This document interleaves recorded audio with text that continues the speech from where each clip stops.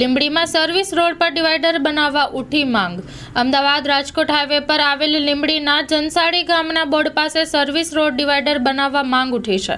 Ahmedabad Rajkot highway પર લીંબડીના જનસાડી, બરોલ અને હડાળા સહિત 4 થી 5 ગામના લોકો દ્વારા સર્વિસ રોડ નાળું બનાવવા માંગ કરી રહ્યા છે। Story report by Jayendrasinh Zala, Lakhtar.